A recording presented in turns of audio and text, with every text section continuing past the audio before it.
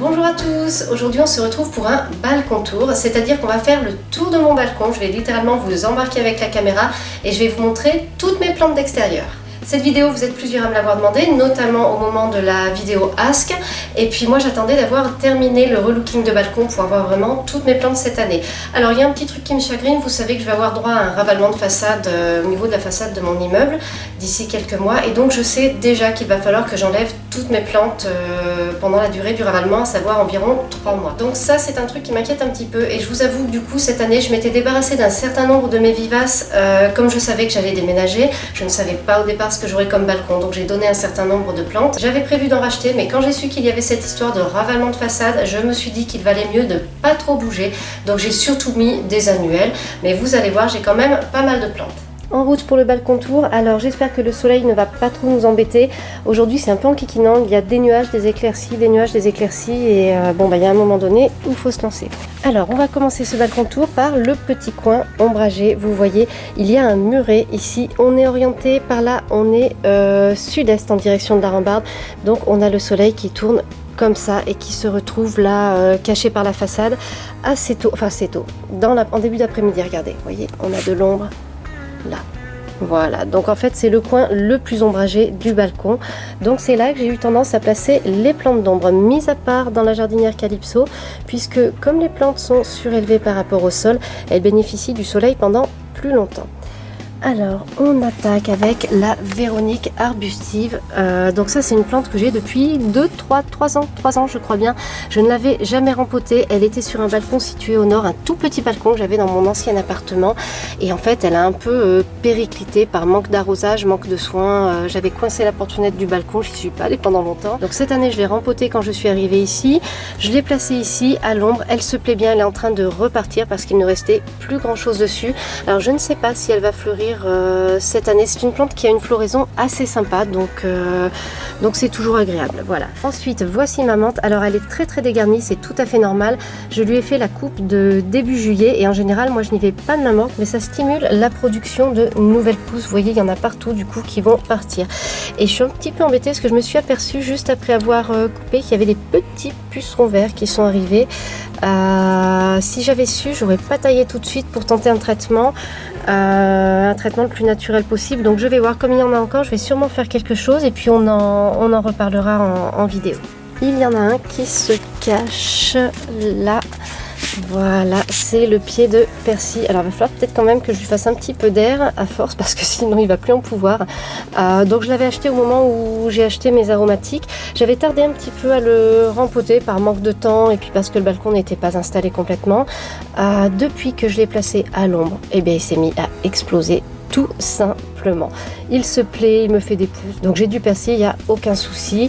Il est là-dessous, tranquillou. Alors on le voit plus beaucoup, je pense qu'il va falloir que je soutienne un petit peu le pied de tomate, peut-être avec un tuteur là dans le pot de la menthe, on verra ça. Ça peut être l'occasion de vous faire une petite story. Ensuite on a cette jardinière avec mon Muellambeckia, et puis j'ai 2 chrysanthèmes là, qu'on voit à peine, et un autre ici. Alors ça c'est une jardinière, c'est super tip top. Je vous avais fait une vidéo, je vous mettrai le lien en barre d'infos sur comment je l'avais faite, et elle vit toute seule cette jardinière. Si elle est soumise aux intempéries, elle se contente de la pluie. Moi pendant des mois entiers je ne l'ai pas arrosée. Là ces derniers temps, étant donné qu'il fait très chaud et qu'il ne pleut pas, il a très peu plu depuis une quinzaine de jours chez moi. Je l'arrose quand même, mais en tout cas c'est quelque chose qui vit très bien. Et là on a une plante, vous voyez, rampante, mais qui est très belle, très jolie, très agréable en fait. On n'a pas quelque chose qui se dégarnit après, donc je suis contente. Et pour l'instant je ne l'ai pas encore taillée, donc elle a bien évolué. On continue le tour avec mon oseille pourpre. Alors je l'ai installée il n'y a pas longtemps à l'occasion du relooking. Elle était au départ dans ce petit coin là, mais je pense qu'elle prenait un peu trop le soleil. À la limite elle préfère une situation mi-ombragée, donc finalement ici je l'ai enlevée, j'ai placé mon arrosoir. Donc si on revient sur l'oseille pourpre, alors elle est très jolie. Je trouve que j'aime beaucoup cette variété là, c'est très chouette. Donc là j'attends qu'elle prenne un peu, qu'elle se développe et tout, mais déjà d'emblée j'aime bien son petit côté graphique sur le balcon. Là j'ai une jardinière avec de la salade à couper que j'ai laissé un petit peu se développer n'importe comment. Je voulais voir si je pouvais éventuellement récupérer des graines ou quoi. J'ai laissé un petit peu les choses faire dernièrement. Je pense que je vais manger les dernières feuilles et puis passer à autre chose. Vous voyez un phalaenopsis, ça n'a rien à voir, c'est que j'en ai trouvé un récemment et en fait il y avait une bestiole dedans, je sais pas trop quoi, et comme j'avais pas envie de retrouver cette bestiole je ne sais où chez moi, j'ai sorti le phalaenopsis dehors. D'ailleurs là je suis en train de voir qu'il est en train de prendre chaud, donc ça c'est pas une plante d'extérieur normalement. Je pense qu'il va falloir que je la dépote et que je la rempote. Faut juste que je trouve le courage d'affronter la bestiole, tout simplement. On passe ensuite à cette jardinière qui avait très bien démarré au printemps. D'ailleurs vous voyez le conifère va super bien. Alors les conifères en pot, si vous les achetez petits, c'est génial, ça peut durer plusieurs années. J'en ai un autre là, je vous montre tout de suite.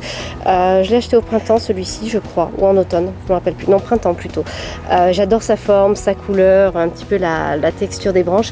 Les conifères fonctionnent très bien en pot, c'est super en général, ça permet d'avoir de la verdure toute l'année, c'est très intéressant.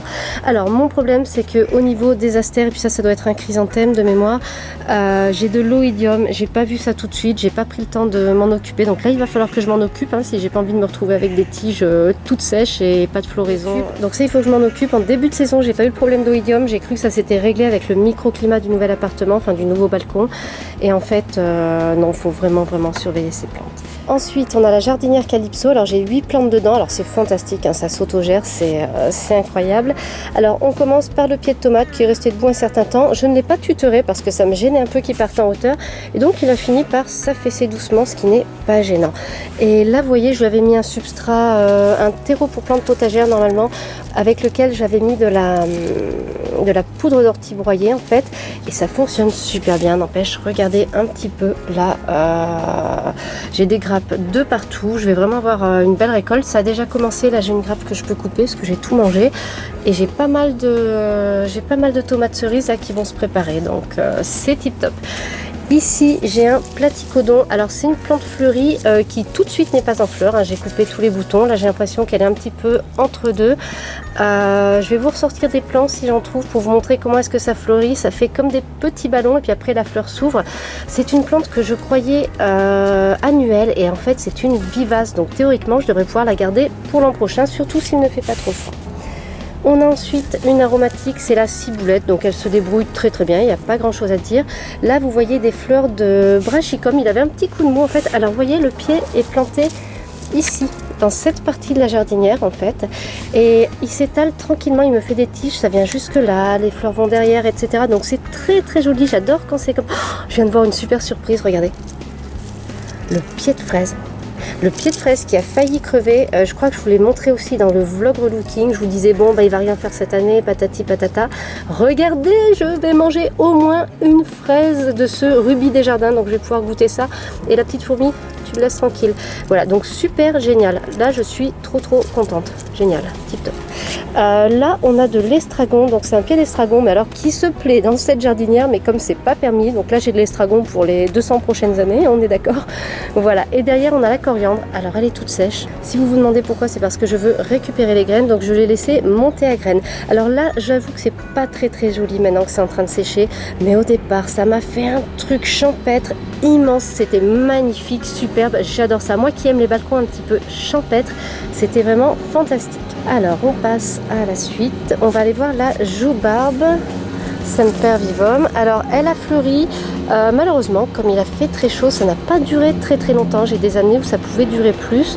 Alors ça, écoutez, j'avais planté ça, j'en avais acheté 2 sortes et celle-ci a pris le dessus, il n'y en a plus d'autres. Et ça fait quelques millénaires en fait que j'ai acheté ça, ça vit tout seul. J'ai jamais rempoté, j'ai jamais remis de substrat, ça doit se nourrir de pas grand chose, c'est pas mal si vous voulez quelque chose de discret, dans quelque chose de pas trop haut, etc., sans entretien, vous voulez un petit peu de verdure sur un rebord de fenêtre, mais tranquillou, et ça fonctionne tout seul quoi. Et au fond, vous voyez, il y a petite plante là, qui, hop, voilà. Donc le conifère, je vous l'ai montré tout à l'heure. Ici, on a un petit coin aromatique avec de la sauge et du thym. Et vous voyez, la sauge est en train de me refaire plein de petites pousses. Donc je les ai mis là en plein soleil puisque J'ai dit du thym, c'est du romarin. Enfin, je crois que j'ai dit du thym. En tout cas, c'est du romarin, c'est sûr. Voilà, donc ils se plaisent bien là, ils sont en plein soleil. Avec le petit gravier blanc, je trouve que c'est super joli. Ça fait un petit truc vraiment zen et tout ça, donc ça j'adore. Donc ça, c'est des aromatiques que je devrais normalement conserver. Ici, j'ai une marguerite du Cap, on appelle ça aussi un ostéospermum. Alors, il est en train de me préparer une nouvelle floraison. Ça fleurit plusieurs fois en fait pendant la saison. Voilà, donc ça c'est une plante qui est pas mal, qui n'a pas forcément besoin de beaucoup d'eau, qui aime bien une terre bien drainée et qui fait de très très jolies floraisons, des fleurs comme des marguerites. On passe ensuite sur la dernière aromatique là, de ce petit coin, c'est le thym citron donc, que j'ai acheté cette année et qui s'installe très très bien dans ce pot. Et alors pareil avec le gravier blanc, moi je trouve ça mais magnifique. Oh, je me suis prise dans ma lanterne. Donc je trouve ça très très beau, très décoratif en plus de me servir d'aromatique. Et ça c'est une variété de thym que j'aime beaucoup, hein. Vous pouvez y aller si ça vous tente. Voilà, on va repasser vers la jardinière Calypso. Donc là j'ai planté au moment du relooking des salades et des choux calés. Donc ils sont en train de bien partir. Alors je vous avais dit un truc, c'est que je voulais tenter de tout mettre dans une seule jardinière pour faire un truc de balcon, tenter de la culture assez resserrée et tout avec un substrat assez bien nourrissant. Mais non, ça faisait vraiment trop de monde, donc finalement j'ai mis 2 jardinières, celle de base et puis une autre qui est un petit peu moins longue, et puis on va voir ce que ça donne. Pour l'instant ils ont l'air d'arriver à cohabiter ensemble. Reste à voir ce que ça va donner sur du long terme. Mes fraisiers Charlotte, donc ça c'est une valeur sûre, c'est des fraisiers qui n'arrêtent pas de me faire des fraises. En fait en ce moment tous les soirs j'en mange plusieurs, c'est super agréable. Vous rentrez du boulot, vous mangez une fraise là, qui a été chauffée par le soleil, c'est très très sympa. Il se porte très très bien, il se développe très très bien. Et la variété Charlotte, c'est vraiment quelque chose que je peux vous conseiller. De temps en temps, je coupe les stolons, mais il n'en fait pas sans arrêt non plus. J'ai pas des nouveaux stolons tous les jours, donc c'est très très pratique. Autre chose, ensuite, on passe au basilic. Alors, j'avais pris 3 variétés cette année, donc j'ai un grand vert, j'ai un basilic pourpre, et puis celui-ci, c'était un basilic anisé. Au fata, je crois, quelque chose comme ça, enfin bref. Voilà, alors là ils ont un petit peu chaud, mais je vais attendre, là je voudrais pas les arroser trop, et puis il faut éviter de les arroser le soir, donc s'ils peuvent attendre demain matin, ce sera pas plus mal. Alors je les ai laissés fleurir parce que j'ai trouvé ça super joli, et j'ai assez de feuillage pour ce que j'utilise là cette année, j'en mets dans les salades et tout, mais j'ai pas forcément fait du stockage, donc j'aime bien profiter d'une belle jardinière visuellement comme ça, c'est très très beau, très très joli, voilà. Avant de passer dans le coin des tentes, on continue avec cette petite partie là au niveau de la lanterne, en fait vers l'entrée du balcon. Là on a un sédum que j'ai sauvé d'une jardinerie il y a déjà quelques années. Au début je l'avais mis dans une jardinière spéciale sécheresse, et puis l'an dernier je crois bien je l'ai rempoté tout seul dans un pot. Alors je l'arrose peu, hein, c'est fait exprès, c'est une plante qui n'a pas besoin de beaucoup d'eau, il est très très amusant. Faudrait que je trouve un moyen de le mettre mieux en valeur, mais pour l'instant j'ai pas encore d'idée. Ensuite j'ai mon Lévisia. Alors là les feuilles sont en train de prendre une teinte rouge là en dessous, je sais pas du tout, je l'avais jamais vu faire ça, donc je sais pas si c'est normal, si c'est un signe de vieillissement ou quoi. Il a des rejets que j'aimerais bien séparer en fin d'été, au mois de septembre. Voilà, donc il faudrait peut-être que je l'arrose un petit peu plus. Je me demande si c'est pas un petit peu d'eau qui est en train de lui manquer. On va rejoindre une partie plus ombragée du balcon à cette heure-ci. Alors c'est le coin des tentes. Alors on a le Caryopteris. Alors là tous les jours en ce moment il est comme ça en fin de journée, il a soif. Je l'arrose tous les jours, mais il fait tellement chaud, le soleil cogne sur le pot que très très rapidement il attrape soif. Donc en général j'arrose tous les jours ou tous les 2 jours suivant les températures et suivant l'ensoleillement dans la journée. Alors vous voyez là il est fleuri, d'ailleurs on voit une petite abeille ou quoi, en tout cas un petit truc qui est venu butiner dessus. C'est une plante mellifère, donc elle attire en fait toutes ces petites bêtes là qui ont besoin de butiner, qui aiment butiner. Donc elle les attire et ensuite les insectes peuvent aller butiner les autres plantes. J'en ai même vu butiner les fleurs de tomates. Voilà, donc j'aime beaucoup moi la couleur du feuillage en fait du Caryopteris et la couleur des fleurs, je trouve que ça va très très bien ensemble. C'est une plante vivace que j'ai donc depuis plusieurs années, je l'ai rempotée cette année et du coup il est reparti de plus belle, donc c'est le top. Ici ensuite on a un fraisier Ruby Ann que j'avais acheté pour la beauté de ses fleurs. Alors il a plus de fleurs là actuellement, il est en train de me faire des fleurs, mais des fraises. Il est en train de me faire des fraises. Il a des fleurs qui sont d'un très beau rose vif. Je vous mettrai une photo si j'en retrouve une. En revanche les fraises là, je ne sais pas ce qu'elles ont, si c'est une maladie ou quoi. Pour l'instant j'ai pas bien compris ce qui se passe, ou alors est-ce que je les mange pas assez tôt, mais j'en avais mangé quelques-unes qui étaient délicieuses au début, donc je sais pas trop quoi en faire pour l'instant. Il va falloir que je me pose des questions.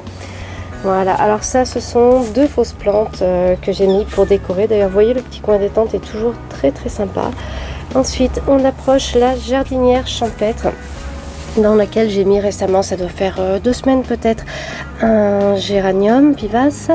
Les cheveux d'ange, donc Stipatenufolia, que j'ai rempoté. Je les avais tressés l'an dernier. Et puis là, j'ai enlevé la partie centrale, là où il y avait le tressage, et puis ils sont repartis de plus belle.